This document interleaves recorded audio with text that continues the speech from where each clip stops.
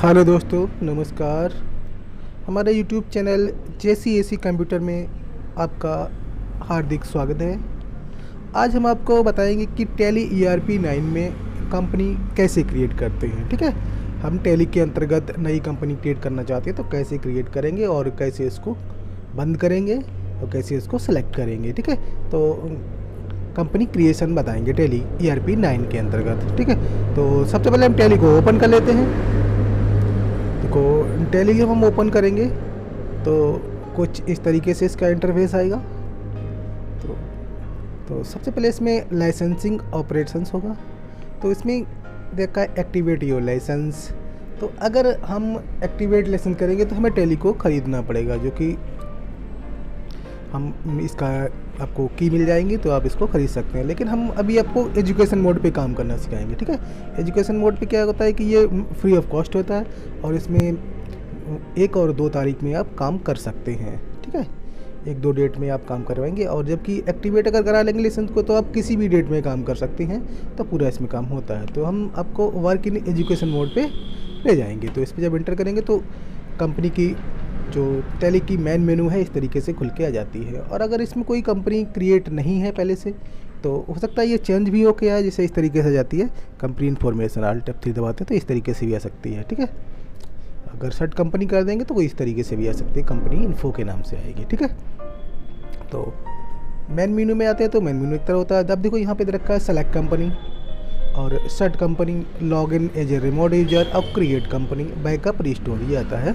तो ऐसे भी आ जाता है आपका सेलेक्ट कंपनी, लॉग इन यूजर। जब हम टैली में कोई कंपनी क्रिएट नहीं होगी तो इस तरीके से ही आपका आएगा कंपनी इन्फॉर्मेशन खुल के। ठीक है, और अगर आपका इस तरीके से नहीं आता है देखो, फिर हम क्लोज करके दिखाते हैं आपको। तो जैसे ही ओपन करेंगे, फिर ओपन किया हमने इसको, तो अब इसमें देखो आपका आएगा वही, फिर लाइसेंस के लिए पूछेगा। आपका वर्क एजुकेशन मोड पे में फिर जाना होगा, तो हम वर्क एजुकेशन मोड पे जा करके ही एंटर कर लेंगे। ठीक है, तो इस तरीके से अगर आ रहा है और हम कंपनी क्रिएट करना चाहते हैं तो देखो यहाँ पे select company, search company, date, period, company information ये सब दे रखे हैं इधर है। तो हम यहीं पे या तो Alt के साथ F3 बटन दबा दिया, कंपनी इन्फो पे क्लिक कर दिया। ठीक है, तो ये देखो कंपनी इन्फॉर्मेशन नामक सूची इस तरह से आ जाएगी है। तो अगर हमें नई कंपनी बनानी है तो हम क्रिएट कंपनी पे जाएंगे। अगर हमारी पहले से कंपनी बनी हुई है तो हम सेलेक्ट कंपनी पे जाएंगे। कनेक्ट कंपनी, हम जैसे अब नेट यूजर के द्वारा हम कंपनी को कनेक्ट कर सकते हैं दूसरी जगह से। ठीक है, सर्ट कंपनी, जो कंपनी खुली है उसको हम बंद कर सकते हैं। तो हम लोग सबसे पहले क्या बताएंगे, कंपनी क्रिएट करना। तो सबसे पहले हम जाएंगे क्रिएट कंपनी पे, लिखा है क्रिएट कंपनी, तो क्रिएट कंपनी पे जा करके हम लोग एंटर कर देंगे। ठीक है, तो जैसे ही हम क्रिएट कंपनी करेंगे तो देखो डायरेक्टरी आ जाएगी इधर और कंपनी नेम। तो कंपनी का नाम आप क्या रखना चाहते हैं आप रख सकते हैं, तो कुछ भी रख सकते कंपनी का नाम जो भी।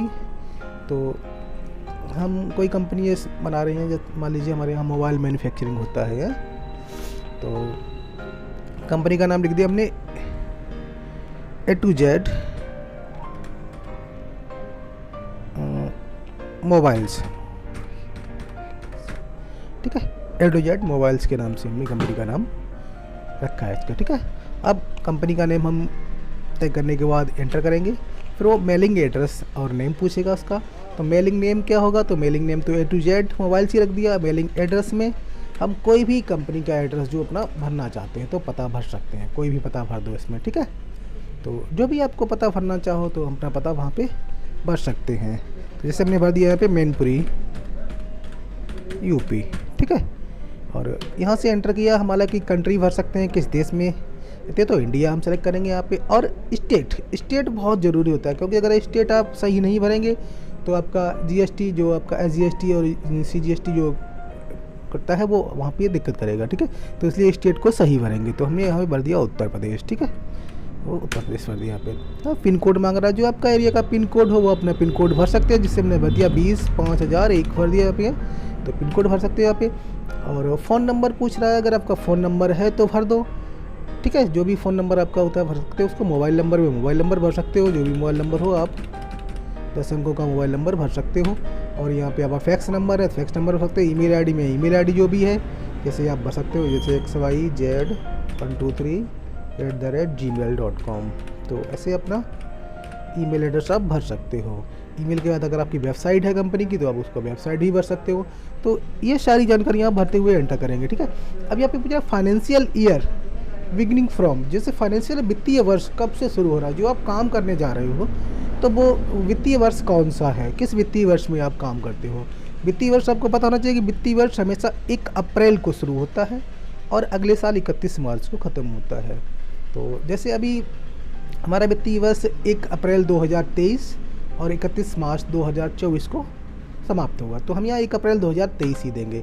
अब यहाँ पूछ रहा है बुक्स बिगिनिंग फ्रॉम्स, मतलब बुक्स कब से आप काम आपका कब से शुरू हो रहा है। पता लगे वित्तीय वर्ष तो 1 अप्रैल से हुआ है, लेकिन अगर आप 1 अप्रैल से ही काम शुरू कर रहे हैं तो आप 1 अप्रैल डेट दे सकते हैं। लेकिन पता लगे आपने 1 दिसंबर से या 1 जनवरी से काम शुरू किया है तो यहाँ पे आप 1 जनवरी दे सकते हो, 10 जनवरी दे सकते हो, 15 जनवरी दे सकते हो।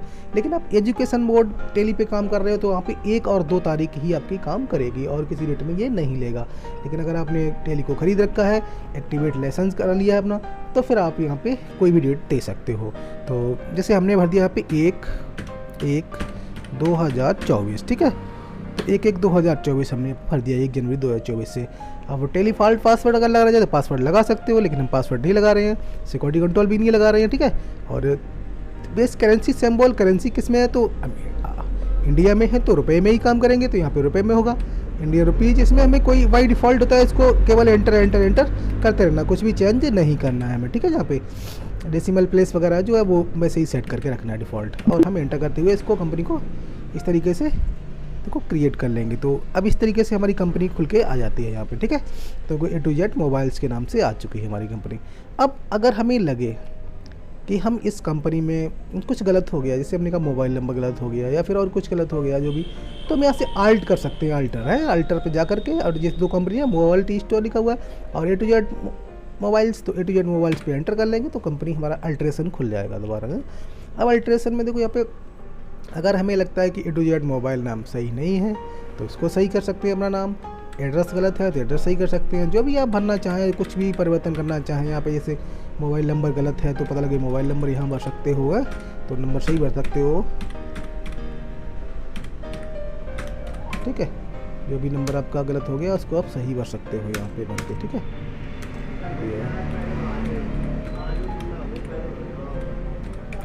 इससे नंबर आप सही भर सकते हो। यहाँ पे ईमेल फैक्स ये सब भरते हुए उसको डेट वगैरह अगर गलत है तो भी सही कर सकते हो, और एंटर करते हुए इसको आप एक्सेप्ट करा के इसको सही कर सकते हो, ठीक है। अब ऐसे दबा के हम लोग बाहर निकल आते हैं यहाँ से, ठीक है। अब एस्केप दबा के बाहर आ जाएंगे यहाँ पे, है। अब देखो मेन मेनू में आ चुके हैं यहाँ से, है।